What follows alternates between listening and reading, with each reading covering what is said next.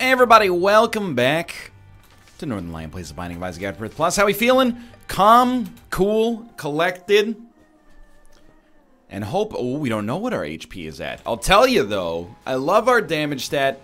Not a huge fan of our rate of fire. HP is the linchpin here. 6'9", nice. 7'1", that's weird. It's almost a sequence. FBSV. Very simple methodology here. I would say this start is probably just about average. You know, I've stopped looking at it just in terms of like an amalgamation of attributes. Started looking at it as if it's more like, you know, how many things do we need in order to make this a great run? And the answer to the question, the way I see it right now, is we basically just need one thing. We need rate of fire. Wow, we even got our death card back there. If we can get to 9 rate of fire within like 2 floors, we're going to be loving life. I will say, you know, for all the over-respect that I give to Guppy's head, it's definitely better than the bean. I would love to, you know, it's kind of...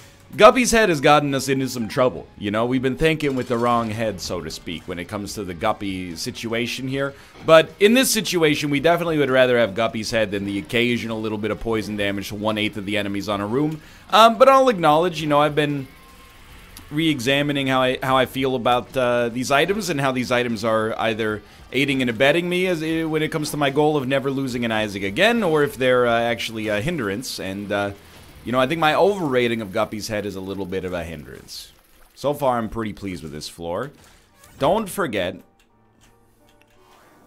we do have an item room still. Super Bandage at least sorts out our HP. It gives me peace of mind. Whether or not we need it, we don't know yet, and we won't know until we get a floor that isn't Curse of the Unknown. But for the time being, I'm happy to have it, and happy to be leaving this floor relatively soundly. We could take Leprosy, and it wouldn't be like a colossal disaster. But the thing is, if you get the choice between Leprosy and a reroll, you take the reroll. If you have no choice, you just pick it up and you barely even mention it. You know, you don't even say like, ah, I got Leprosy. You just go, you know, it is what it is. Unlikely we will ever make anything of value happen here. Excuse me, this is very unprofessional. I'm going to clean my glasses.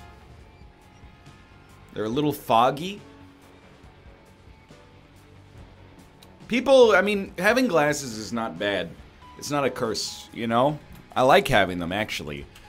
Because they provide a little bit of definition to my face where my jawline used to be. Well, I mean, I don't know where my glasses, where my jawline is, but you get the idea. You know, any straight lines on the face give it a more angular look, which I think is a positive, especially when otherwise you just look ovoid. But people, sometimes they don't understand. Dude, I'm so happy we got HP. It turns out we were actually a little bit endangered there. And I actually think that... Oh, I didn't mean to do that. We want to take Book of Revelations, and we're in a pretty dominant position now. One thing people don't think about is your glasses. You know, they have a tendency to get fogged up. You know, like a Canadian post-punk band, The Chemistry of Common Life. Fogged up. Please, let me hit you. Gurglings? Gurglings. And it was really bad, you know, when you're skiing as well. Because your goggles get fogged up. Why do you need goggles when you also have glasses? Well, because it's freaking cold, dude. You got, like, you know, -5-degree wind coming at you. I don't know how fast you go when you ski, but at least, like, you know, 10 or 15 kilometers every time, dude. You can rely on me with low DPS to deflect this guy into us every now and then.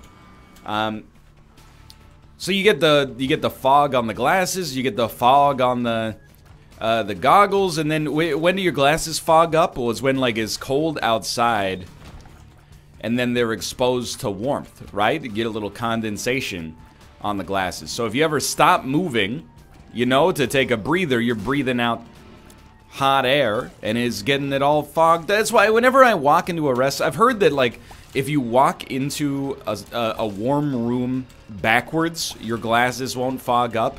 But then you're the weirdo who is walking into these rooms backwards and going, yeah, so my glasses don't fog up. You know, it might be the kind of guy you're okay with being at 17. At 30, it's starting to look a little strange. At 30, people stop saying, why are you doing that? And people start saying, why don't you just get LASIK? And then you have to go, well, you know, I'm not, like, afraid of it, but the concept of putting a laser beam into my eye is a little disconcerting, is all I'm gonna say. Now, you know, my parents have had it done. I was gonna say I've had surgery on more sensitive areas of my body. That's not really true, only because I don't think that there is a more sensitive area of your body.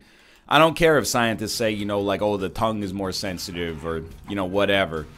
I would rather have surgery, I think, pretty much anywhere on my body than have surgery on my eyeball. But I understand it's an outpatient procedure. You know, at some point maybe I'll work it in. Glasses are at worst an inconvenience, though. It's not that big of a deal. Rotten penny makes me glad I didn't go for the other trinket. Mostly I didn't go for it because I don't know what it does, but hey. So, what do we want here? Well, we know we're going to get an orbital. We would love to get a boss item, well, sorry, a devil item that gives us rate of fire, and that's tough. There's really only, like, the Mark and the Pact, I think, that accomplish that.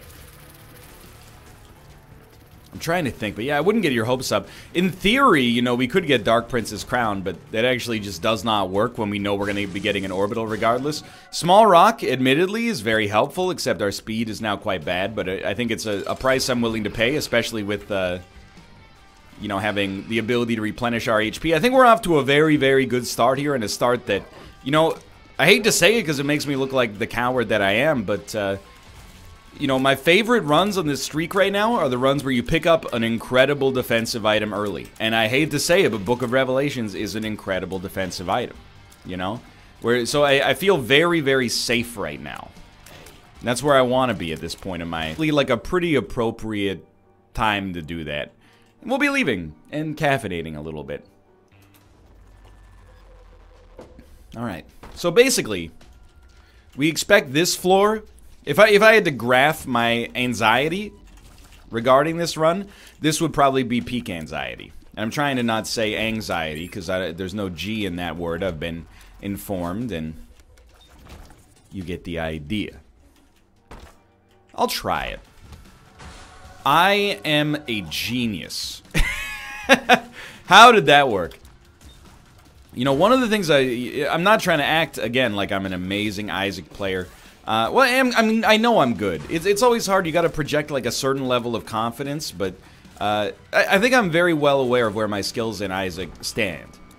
Like, I would not say I'm one of the best players in the world, but I would say, you know, when push comes to shove, when I focus, I get into tough situations, I can hang with some of the best players in the world. What happens that screws me is, you know, I have a tendency to be impatient. That's a big one. I have a tendency to rely on my learned knowledge instead of actually assessing, you know, what item would be best in a given situation. That happens all the time. And has almost ended this streak a couple of times, even as I've actively endeavored to work against it, you know?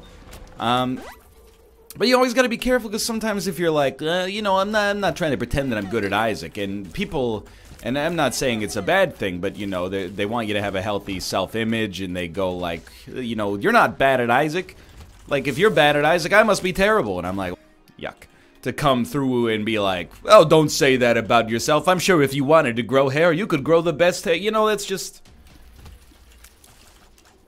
I'm not one of those guys. I don't want to say I live in the real world. I think it's a little insulting. But, you know, I look at the real world. And I think you got to make your decisions appropriately, you know? I'm never going to win best hair on Twitch TV. Maybe best skull. I could probably have a chance to compete for best skull. But there's a lot of, you know, pretty... What's the word? Cranial? Is that the word I'm looking for? A lot of guys on Twitch TV with a good skull. You know, Professor Broman, he's got a good skull. There's got to be others. I'm struggling at the present moment to think of more, you know, bald Twitch streamers. No, Dr. Disrespect doesn't count. Why? It doesn't even make sense. I wonder who's going to be second to go bald in the NLSS crew. I mean, I got my own pet theories that I'm going to keep to myself. Because I was talking to a friend of mine this weekend while we were in Whistler. And I was like, the good thing about going bald when you're like 17 is you recognize the signs of you having gone bald. And you kind of know what to look for in other people. You know? That's not to say I go around and like the first thing I do is look at somebody and go like, oh, you know, well, you're going to go bald in a few years. No, it's not like that. But, you know, you notice the signs when you see them.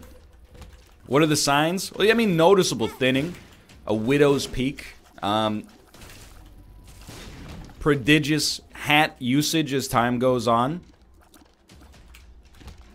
I think that, you know, I'm not an endocrinologist either, but it's hormones, right? There's like a hormonal thing going on with it, especially like, you know, if you're somebody who has an incredibly deep voice when they're in like 11th grade, I'm sorry to tell you. And the other thing is, I don't foresee this is like an insulting conversation. It's just science, right? It happened to me already. And then moreover, people, here's the thing, from one bald guy to some bald people, but probably mostly non as follicularly challenged people out there.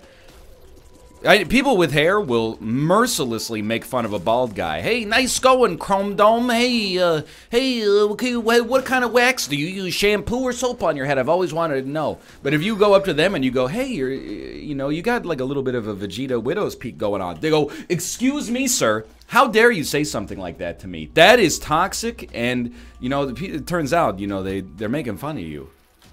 Maybe to some extent because you've already embraced it. Whereas for them, they're like, oh crap, that could be me in a few years. You know what I mean? I probably, you know, I'm not even going to do it. I thought about taking jumper cables there, but I think the map for 3 Spirit Hearts is fine. Considering the amount of Spirit Hearts we're going to generate. All I'm saying is, you know, not that I wish it upon anybody at all. I literally just don't care. You got to imagine, you got to remember, I should say, most men probably go bald in their 30s or 40s. And, you know, you got like a Gaussian distribution at some point there. Maybe even 40s or 50s. You know, so they reach a level of being okay with it. I don't know, maybe like 5 years after that fact. That was me at like age 24. So, you know, you start to... I'm not sensitive at all about my baldness anymore. I will say, if you're watching, this might be a rude awakening. All I'm trying to do is shepherd you into, you know, your future existence, okay? If you're 17, you're 16, 15, you're watching this in high school, and you're the only one of your classmates that has, like, you know, back hair, maybe just pay attention to the top of your head. I know you're like, no, my great-grandfather on my mom's side had a thick head of hair. It went gray when he was 70, but looks like Ted Danson. Okay, maybe that's the case. Hey, maybe your great-uncle on your mom's side has been wearing a wig since you were born, and you just never thought to question it. But anyway, all I'm saying is, you know, at least for me, nobody ever told me this stuff, you know? I had shoulder hair when I was like 15 years old, and everyone was just like, that's weird. How'd you get so hairy? I don't know. I didn't really have too much control over it, you know. In the fantasy draft of secondary sex characteristics, I must have gotten the last pick. You know, somebody else took broad shoulders, and I'm like, wait a minute, the only things left are, you know, shoulder hair and back hair, and I get to pick twice. But if you're dealing with that, just keep in mind, it could be, maybe not, but it could be on the horizon for the future. See, I had to rely on being teased by my college roommate. He was like, you're going bald, and I'm like, no, I'm not. I'm 18. That's not possible. And then, you know, a little while later, I was like, my God, he's correct. And then he went bald, so it's a whole, you know, it's a cycle. Again, the people most likely to mock you. I mean, I'm not saying that the mocking is what leads to the follicular challenge in the... you know, you get the idea. I'm just trying to be an ambassador for youth baldness, okay? Because they need one, honestly. It can be traumatic. Especially, like, if you go bald in high school, I have the utmost sympathy for you. I know you're going to make it through. If you can watch a grown man play the same video game for, you know, thousands of episodes, you can definitely handle a little bit of baldness. However, you know, I was lucky enough, at least it was in college, but, you know, in high school, I got sympathy for you.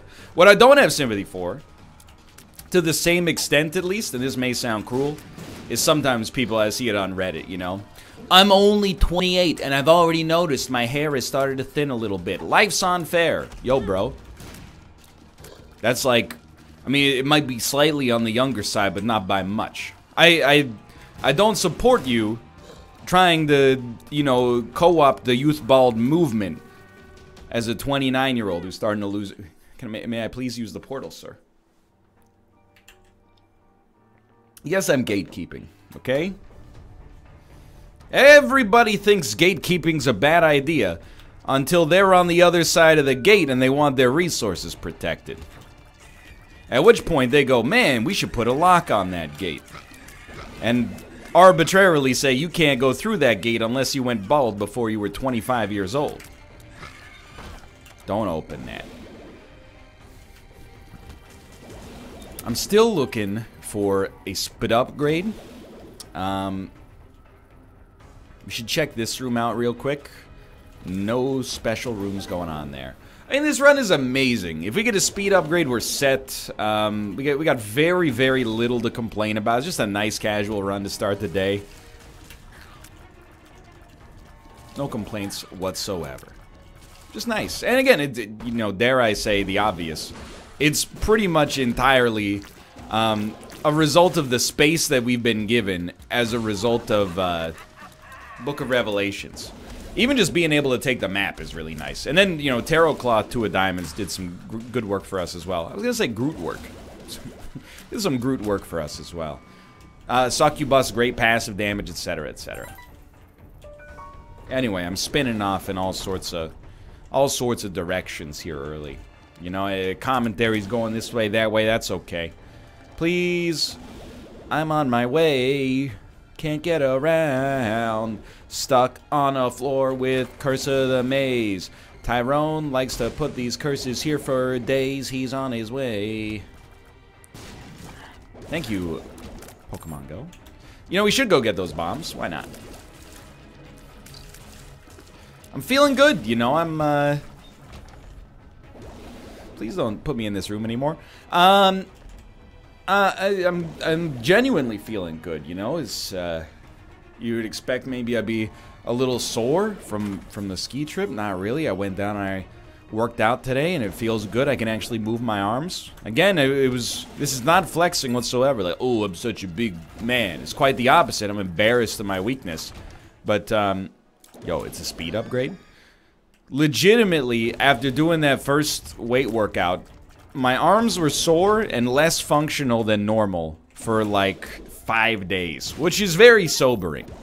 It's like, you know, I've had casts before, and when you get the cast off, you know, it was on my legs, like, you know, Forrest Gump style, and your legs basically have atrophied. You know, they haven't been used to the same extent over the past like 6 weeks. So you start to walk, and your legs are like, whoa, buddy, you haven't been using us. And as a result, we diverted all of that energy that we normally take to upkeep your, you know, musculature down there. We've been growing fingernails and hair and etc. and etc. Now, all of a sudden, you have the audacity to, when the barbarians are at the gates, you turn to me and ask for help? That's basically what it was. I didn't, you know, I was like, I'm just an average adult male. And then, you know, I worked out once, and my arms were like, oh, you wanted to use us? Well, it would have been nice if you could have, like, maybe a phone call over the past 5 years. So, I think finally I'm out of that, you know, terrible phase, I hope. Where literally for like 5 days I couldn't fully extend my arm. It's embarrassing. Which is why I tell you, because, you know, I think it's good to get that embarrassment out, you know, in public. You know, is where your flaws? That's not what Peter Dinklage sounds like. Use your flaws as armor.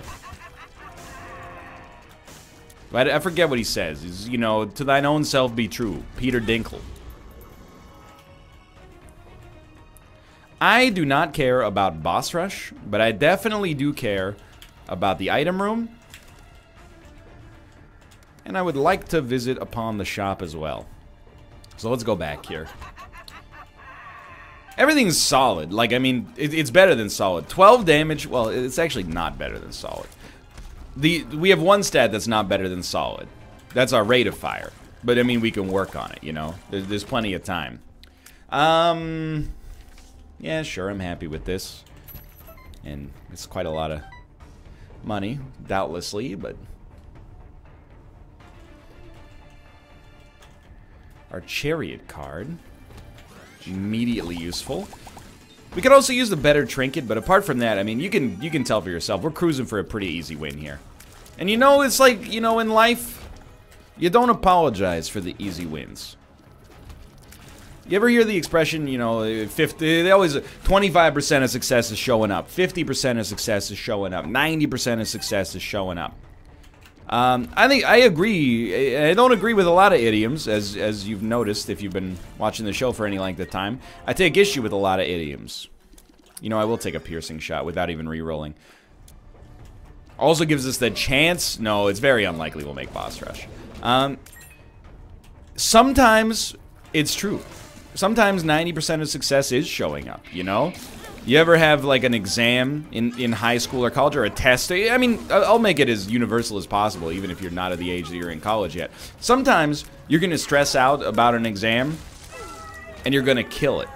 And you're going to be like, you know, why did... Oh, dude, Infestation 2 is... But also Proptosis! Okay, so let's take Infestation 2 and actually do boss rush for productivity. Doesn't happen all that often. We also have Bloody Lust, which is amazing.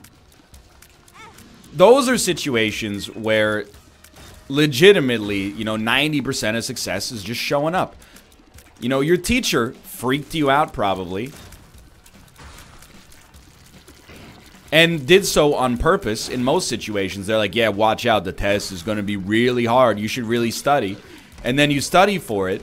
And you realize you could have gotten away with like 1/3 of the study you did and still been like totally fine. And you go, why would they lie to me like this? Well, because, you know, it teaches you a valuable lesson. The merit of the test is not in the mark. It's in the friends you've made along the way. You know what I mean? In situations like that, success is 90% of showing up.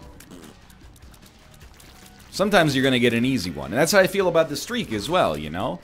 You never apologize for the easy ones, because you know you're going to have difficult ones coming in the future. It's not like there's no high-minded ideal, you know, you don't store up more self-control on a easy win than you know, you can exert it on a difficult win. I don't believe that whatsoever, but all I know is you take all the easy ones you can get. You never say, you know, here's a little lesson for you. This might be a bad lesson, okay? There's another expression I believe to some extent, and it's a very cynical expression. I don't consider myself that cynical of a human being. This, I believe, sometimes, though. And it's the expression that says, no good deed goes unpunished.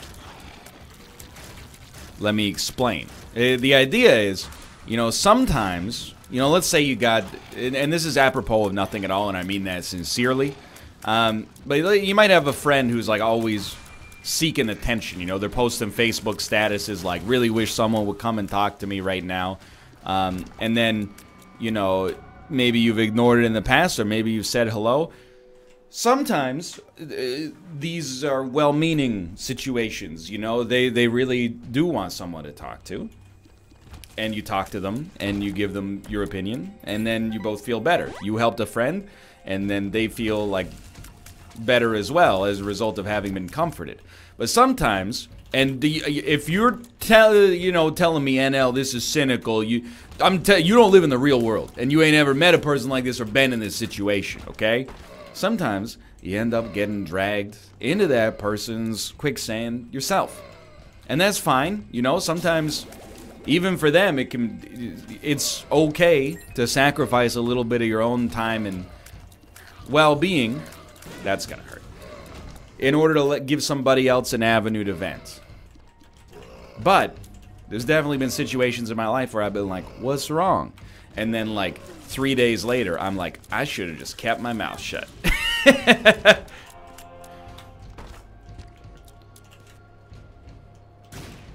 And what I was going to use as an analogy is like, if you have an easy work day, you know, you got to be careful when you strike this balance, okay? You do want to seem like a go-getter, but, you know, I've had summer jobs in the past where, you know, you meet your boss at 9:30 a.m. and they go, hey, okay, Ryan, here's what I want you to do today. Let me caffeinate. Here's what I want you to do today. We got these 3 files that need to be sorted out, and make sure you phone this guy and get everything under control with this situation. Make sure he's feeling okay about this project that's going on. And you go, okay. And then you finish that by, you know, 10:45. Do you go to your boss and go, hey, boss, you know that information you gave me earlier? The project you gave me? All done. I'm a go-getter. It's the second job I've ever had in my life. I've been conditioned to believe that if you don't give it an A+ every day, one day they're just going to fire you. I don't know. You gotta strike a balance, you know? Because your boss is also, I mean, they got bosses of their own. Their job is not just to delegate. And by the way, please, if you work in a field where this seems like I'm giving terrible advice, keep in mind I've been out of the traditional workforce, I mean, literally since like 2010. So I don't know, things may have changed. Or maybe I didn't have that perspective in the first place, but I wouldn't count working in Korea as being part of the traditional workforce. They literally could not fire me unless I committed a crime, and I basically could not quit. It's not a normal arrangement. Anyway.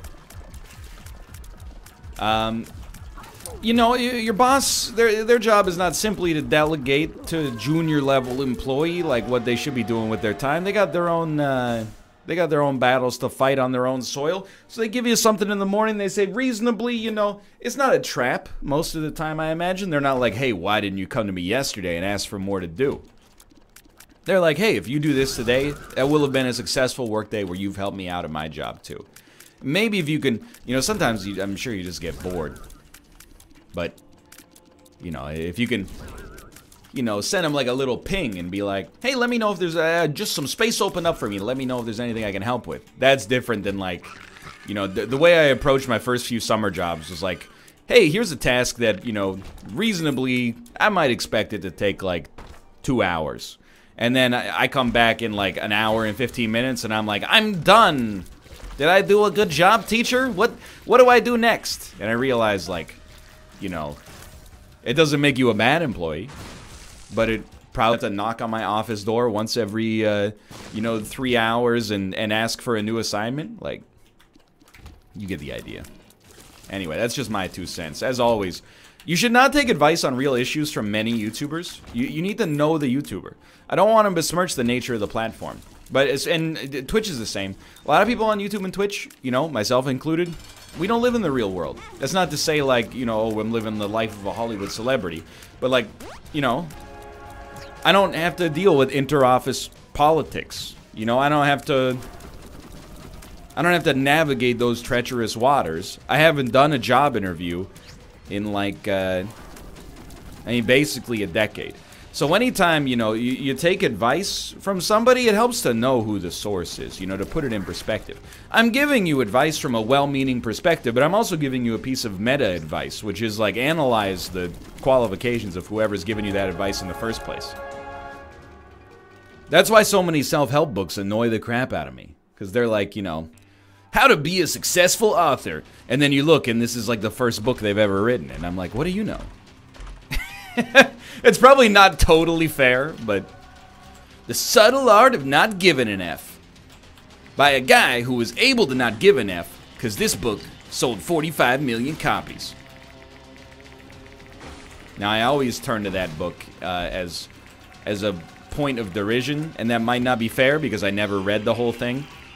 I just got annoyed that, like, I don't know, I guess self-help's weird, right? Because you can't just write a self-help book and, you know, it's like, Chapter 1 is like, exercise. Chapter 2 is like, go back to school. People would be like, this is impossible. Instead, it's always like, Chapter 1, the subtle art of telling your haters to go screw themselves. And then it's like, you know, Belinda Jenkins was a middle manager at a Wendy's in Billings, Montana. And then, you know, by the end of it, she, like, runs her own cupcake store or something like that. And I'm like, well, that's a great story, and it's very inspiring. It's called Translated Russian Literature. Maybe you've heard of it. But I think what it is it's just a lot easier to make fun of it in my head for things that might not even be true about it in the first place. Regardless, dude, good run. I had a great time. I hope you did as well. For now, thanks for watching. We're at 38 wins in a row. Very nice.